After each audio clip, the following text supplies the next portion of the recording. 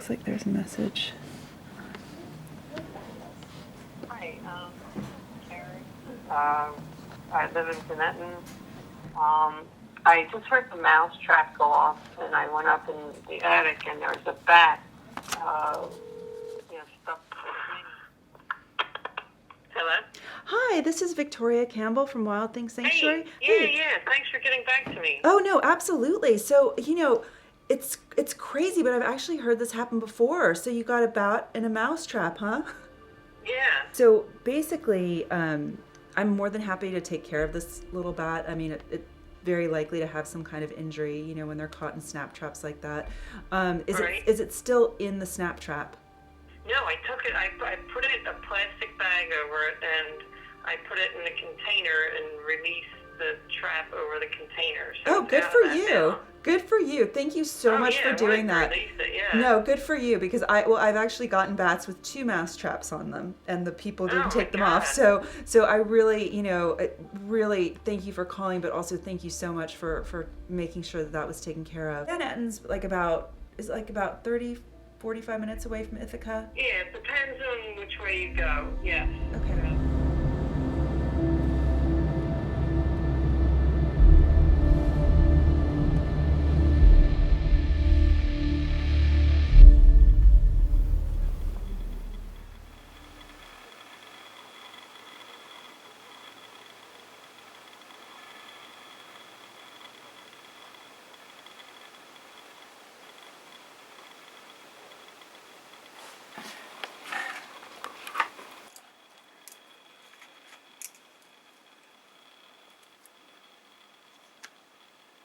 I always tell people, if you don't like bats, do you like nice food? This is a little delicious bat shake. They're so important in things like pest control for so many of our crops in the United States. They save farmers an estimated average of over $20 billion a year on just pest control. So, if they disappeared, our crops would be in trouble. Okay,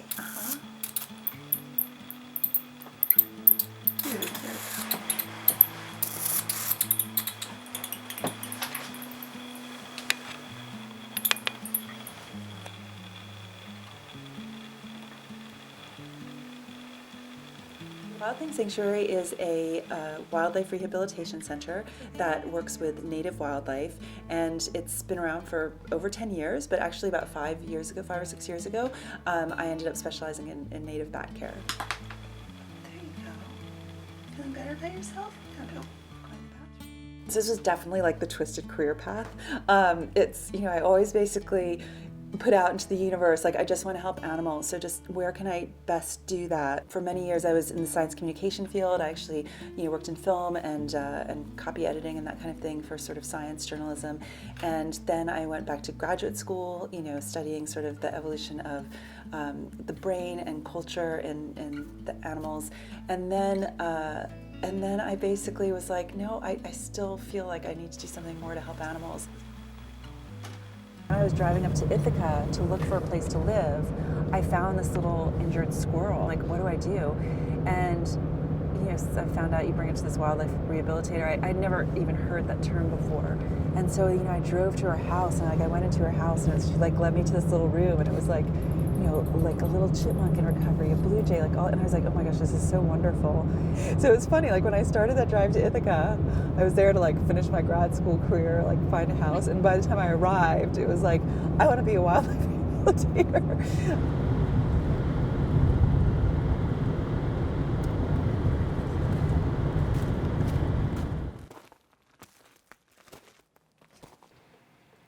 I really appreciate you letting us come tonight and get this little guy, and I'm glad to be able to settle it in tonight and everything. Oh yeah, me too. I know. I feel sorry for the little thing. When I went upstairs to put a little tape on it, the box, I could hear it scratching around. Right. So that's good. I'd like to know if it's a male or female. Yes. And then hopefully she will make it.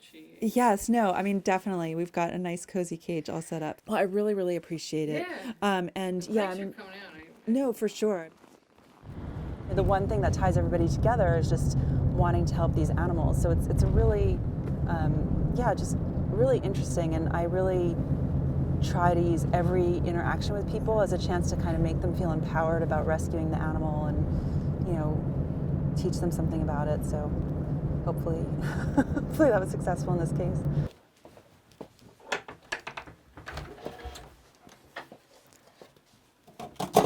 Got to set up a little cage for her first.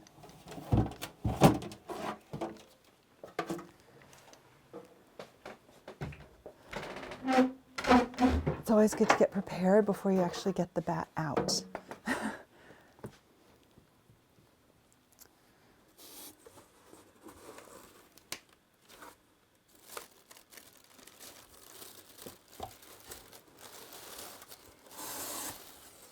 Oh, there you are. So, do you see the little bat in there? Hi, hon. All right, let's get you up and take a look at you. Look at those beautiful white teeth. So looking at how nice and sharp her teeth are, I wouldn't at all be surprised if she could have been maybe a juvenile from this year, or a young bat anyway. Okay, oh yeah, you get it. A lot of times with bats that are caught in mouse traps, it will give them some internal injuries. A lot of times you can tell if you look through the, you know, just like along their body, you'll see some bruising. I don't see any bruising there, which is really good. This is obviously the broken wing, so you're just going to carefully pull it out. Ew, careful, careful, careful. I'm just saying we have to be stable. Okay, I just did that really quickly. I didn't see any bruising on that side, but we'll just quickly check on this side. Okay, just don't move around so much. And this wing looks great. Looks really nice and healthy, which is great. Now, one thing, whenever you do a bat bandage, you have to make it pretty light, because if you make it too heavy, they could injure themselves more just trying to walk around with it. So I really like to use this paper tape.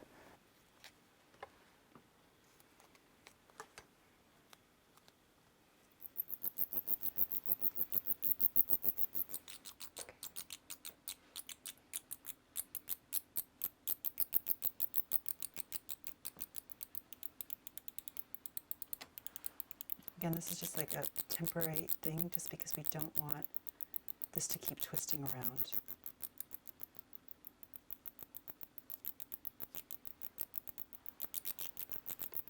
We also don't want to do it too tight, because if there's swelling, it can end up causing problems. But we're just doing this sort of like nice and loose, just so it's like the fingers are acting as a splint. And then what we're going to do, so we want to put her in a little bit of a body wrap. Okay. You're such a good sport, honey. Yeah, she's like, I'm not sitting in that thing. Oh, sorry, okay. No, it's not so fun. 18.15, okay. She's a big brown bat. Female. She's actually in really nice shape, which is really good to see. She's I mean, even though obviously her wrap is going to make her a little heavier, she's a really nice weight, which is great. That makes everything easier. You know, if a bat's in good shape and they sustain an injury, it means they're going to recover better. Specifically the local one, probably? That's pretty good. Okay. Definitely like the little holes in the wings look like are pretty consistent with like cat type injuries. Little Rodriguez is a big brown bat, and he came to me like a lot of other bats come to me.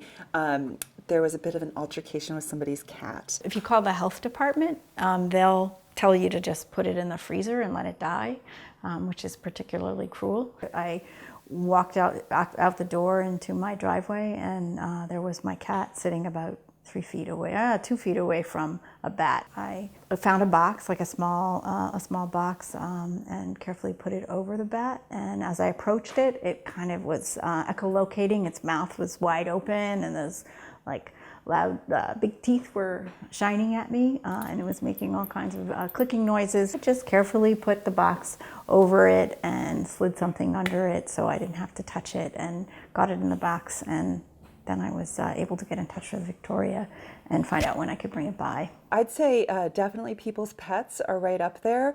Bats are the ultimate squeaky toy if you're a dog or a cat. So I do definitely get a number of those. But I also get some that are like just found in really strange situations. This is a little brown bat. She's very vocal, and she loves her little cozy. Okay, Missy, I'm so sorry to bother you. Come here.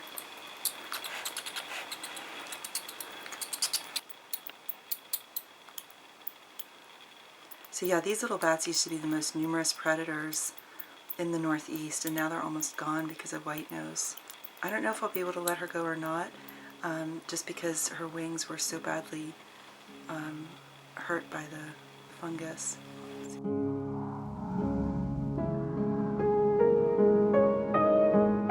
White nose syndrome, it almost gives me like the creeps every time I talk about it. You know, back in 2006, I believe it was, you know, scientists went in to do their bat counts in the winter, and they just found layers of dead bats on the ground, and nobody knew what was going on. We discovered the disease on one of our routine cave surveys in 2007, and that was at a cave here in the Albany area. It had about 200,000 of those bats in it, and at its worst, that site dropped to about 1,000 little brown bats. That's a stark difference. 200,000 bats is a pretty impressive thing to see, and they were virtually all gone. And what it is, it's this fungus that likes sort of cold. Caves are the perfect temperature, the perfect environment for it to grow. And so it basically starts growing in these caves, and it almost grows on the bats just like their substrate, like it just grows on top of them. One of the main impacts of the disease is that it causes the bats to wake up from their hibernation. So every time they wake up, they use up a little bit of that energy. And when the disease wakes them up too many times, then they essentially, deplete all of their fat reserves, and they either starve to death, or what seems to be more common, they fly out of the hibernation site in the middle of the winter time in a presumed desperate attempt to find something to eat. The fact that the disease is spreading is undoubtedly going to result in significant fatalities of bats in new locations as it spreads across North America. And so far we're seeing pretty much the same results that we've seen in New York and in the Northeast as it's spread through the Midwest, and now it's actually as far as the West Coast. We've been working quite hard on trying to come up with ways to mitigate the impacts of this disease. And we continue to do that, although progress has been slow in coming. But you see, you can see her wings are torn. What white nose will do sometimes is, even if the bat survives it, the body just mounts a whole inflammatory response, which can end up destroying the wings. They're not just being hit with white nose, but there's a few other avenues that are really putting them in trouble. First of all, habitat loss. That's a big one for almost all native wildlife. But a lot of bat species, they roost in trees during the summer. Those are really important habitat for their maternity colonies and that kind of thing. And obviously that's one habitat that is being destroyed every day, for building, that kind of thing. Also, you always hear about turbines being a problem for birds, but what people don't realize is that for every bird killed at a turbine, there's up to, I think, 6 bats that are killed. That's a huge number of bats. We just see huge numbers of hoary bats, silver-haired bats, and red bats being killed by the turbines. And what's worrying about that is that because they're so mysterious, because their populations are so difficult to monitor, we don't know how many there are. We just know that we're seeing a lot of dead ones. The numbers that are being killed are a real worry for the populations. So that's a huge concern. So it's 2 days later, and I actually was able to set we named her Edie, so I was able to set little Edie's wing today. As you probably saw last time, she was rather squirmy. But now that when we had her under anesthesia, we were able to put a really nice little body wrap right now. And so basically the way I've done that is, so we want to totally immobilize her wrist and her elbow, just like a person if you were to break your arm. So, right here is where the break is, and she's just nice and wrapped up. She will keep this on probably 6 to 8 weeks. We'll see how it goes. We'll probably get her x-rayed in about 6 weeks to see how it's healing. Okay. All right.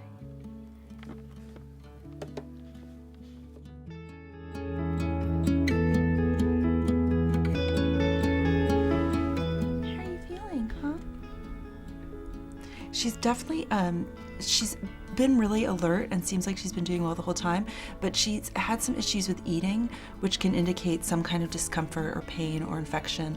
So I've sort of given her a slightly stronger antibiotic and that kind of thing, and she seems to be pulling out of it now, which is really good.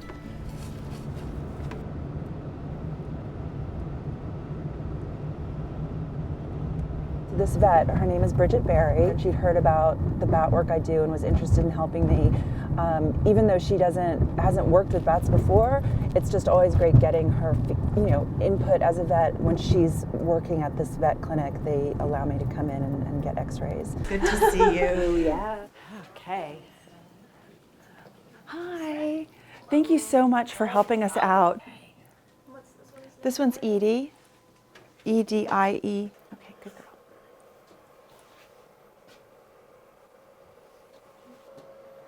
I think that's perfect. That's good. Yep. Oh wow, Okay. that looks really good. Wow, that looks great. It looks like there might be like a little displacement there. Once we get it, maybe. Yeah, I mean, I think that looks pretty good. If you step back and think like, oh, am I like saving the species from white nose syndrome? No, you're probably not. We do what we can to support their survival and recovery from the disease, with the hope that they will actually be able to adapt and live with the disease. What I will say is that every single bat that's brought to me, again, it's like this chance to connect with a person, and if it makes that person maybe a little bit more excited about bats or about native wildlife or about the environment or about any of these things, then that can spread a wave. Through her appreciation of bats, I've really grown to appreciate them as well and see them as beautiful creatures. I'm like hoping that, maybe like in about a month's time we can take that pin out.